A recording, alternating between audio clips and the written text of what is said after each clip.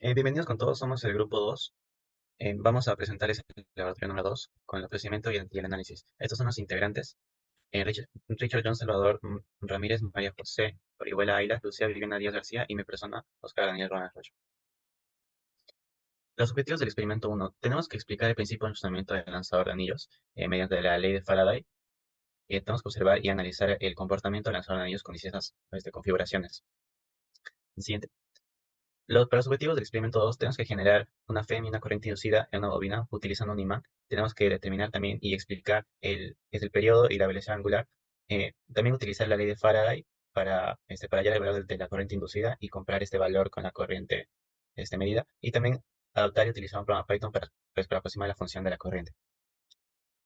Para los objetivos del experimento 3, tenemos que analizar y determinar con cuál configuración de núcleos se obtuvieron mejores resultados. También determinar la relación de transformación usando los valores de voltaje RMS medidos.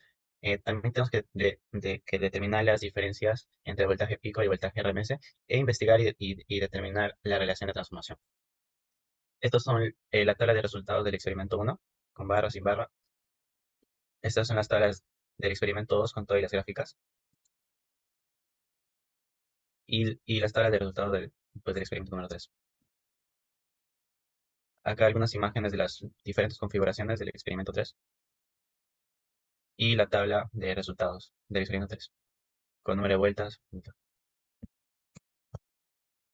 Lanzador de anillos. Siguiente. Siguiente. Video. Acá podemos observar video del experimento número 1, que es el lanzador de anillos. Bien, pregunta 1. Explica el funcionamiento del lanzador de anillos y la función que cumple la barra de guía. A ver, el lanzador de anillos funciona mediante la inducción electromagnética y la repulsión.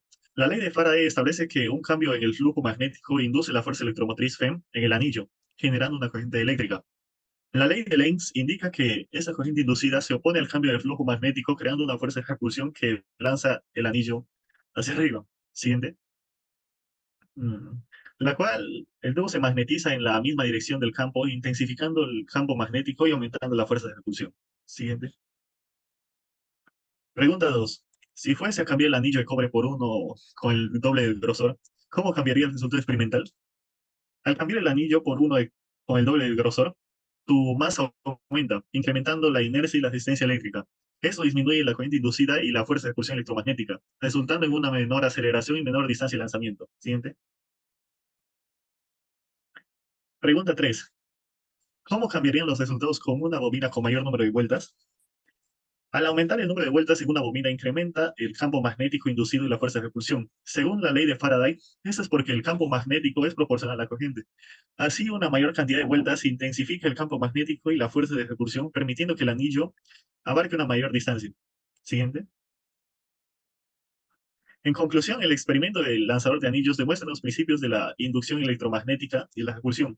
La ley de Faraday se verifica al observar la FEM inducida y la ley de Lenz se confirma con la oposición de campo magnético inducido al campo en el flujo magnético. Además, se observa que el material y tamaño del anillo influyen significativamente en la eficiencia de lanzamiento. Para el experimento 2, el siguiente, acá podemos apreciar el video. En la pregunta 1 nos dice por qué al hacer girar el imán se produce una corriente. Explique esto en base a la teoría vista en el curso. Pues eso podemos explicarle mediante la ley de Faraday que nos dice que si, pues que nosotros acabamos de producir una FEM inducida si tenemos una variación de flujo magnético. Esto lo tenemos ya que como podemos ver en el video, el imán está girando, entonces crea esta variación de flujo magnético en la bobina, por lo que así podemos hallar la corriente inducida para luego, mediante la ley de Lenz, que nos dice que esta misma corriente inducida va a generar un campo magnético que se opone a la variación de flujo magnético. En siguiente. En la pregunta 2 nos pide determinar el periodo y la velocidad angular usando los datos experimentales obtenidos. Como podemos ver en la gráfica, acá tenemos el intervalo que hemos utilizado y podemos ver que nuestro periodo es 0.204 segundos y con esto podemos hallar la velocidad angular pues, mediante la fórmula y nos sale 30.8 radianes sobre segundo. Para la pregunta 3, nos pide utilizar la ley de Faraday para poder aproximar el valor de la corriente inducida, en este caso el pico. En primer lugar, usamos los resultados que nos dio la gráfica de corriente del experimento 2 para poder calcular el pico, el cual es igual a I máximo menos I mínimo y todo sobre 2, el cual nos da que la corriente de pico es 0.02474 en unidades amperios. Ahora vamos a usar la gráfica del campo magnético para calcular B pico, el cual es igual al B máximo menos el B mínimo entre 2, el cual nos da 1.0865 militeslas. Siguiente. En este caso, ahora vamos a usar la fórmula de flujo magnético, que es igual a B pico por el coseno por la velocidad angular por el tiempo por el área. Tenemos el radio, por lo cual podemos calcular el área. Simplificamos la ecuación y nos da lo siguiente. Ahora vamos a hallar la fase inducida, que es igual al menos el número de espiras por la derivada del flujo magnético respecto al tiempo. Con ello hallamos la fase inducida, que es igual a 0.04108 voltios. Ahora hallamos la corriente inducida, que es igual a la fase inducida sobre la resistencia. Simplificamos la expresión y nos queda 0.02476 amperios. Ahora comparamos los valores teóricos y experimentales y vamos a calcular el error, el cual nos sale que es 8.077 porcentaje de error. Sí.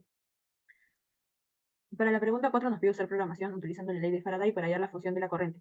Siguiente.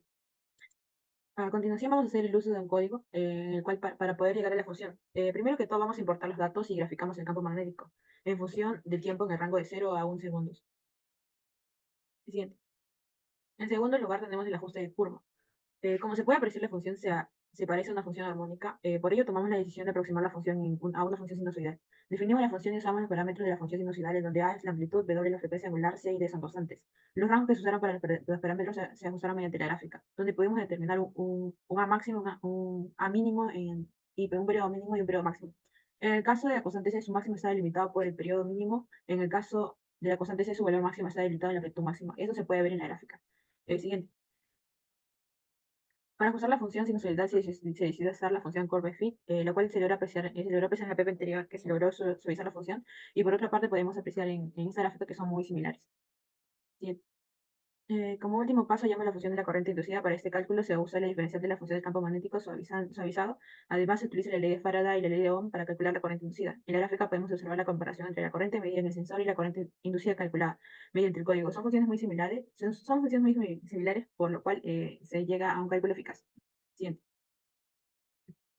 Como conclusión, se puede determinar el segundo experimento permite explorar la generación de una corriente inducida al hacer girar un imán, como comentario visto en el curso. Se corroboró que también la ley de Lenz, que establece que la corriente inducida genera un campo magnético que se opone también al cambio de flujo magnético que la produce.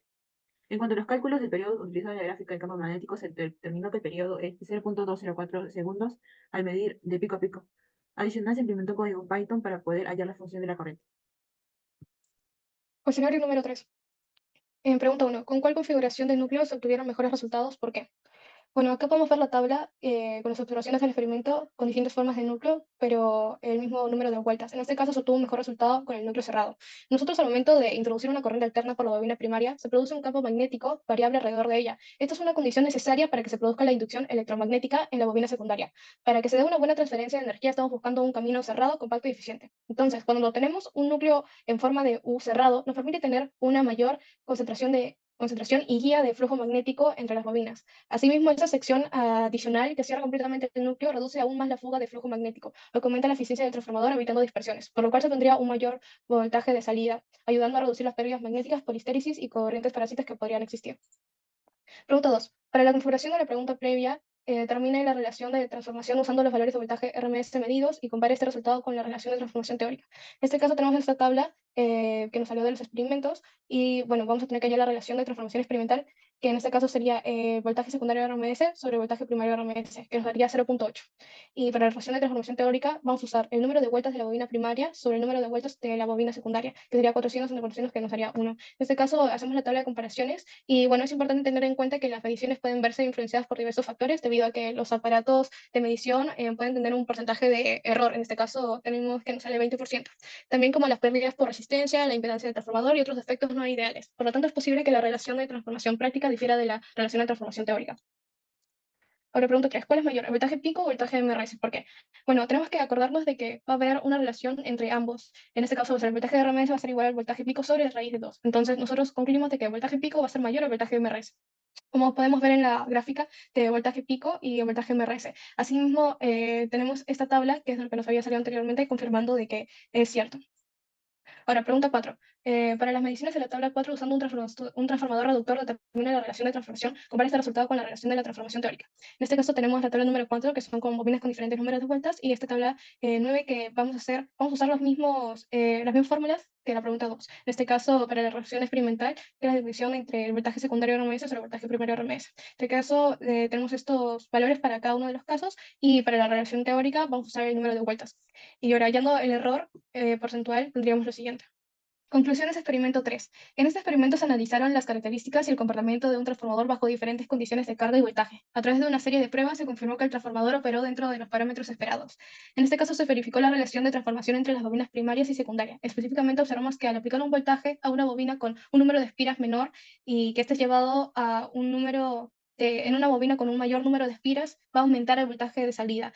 Entonces, conforme a esa teoría, si tenemos el reverso, empezamos desde una mayor cantidad de espiras a una menor cantidad de espiras, va a disminuir, en este caso, el voltaje de salida.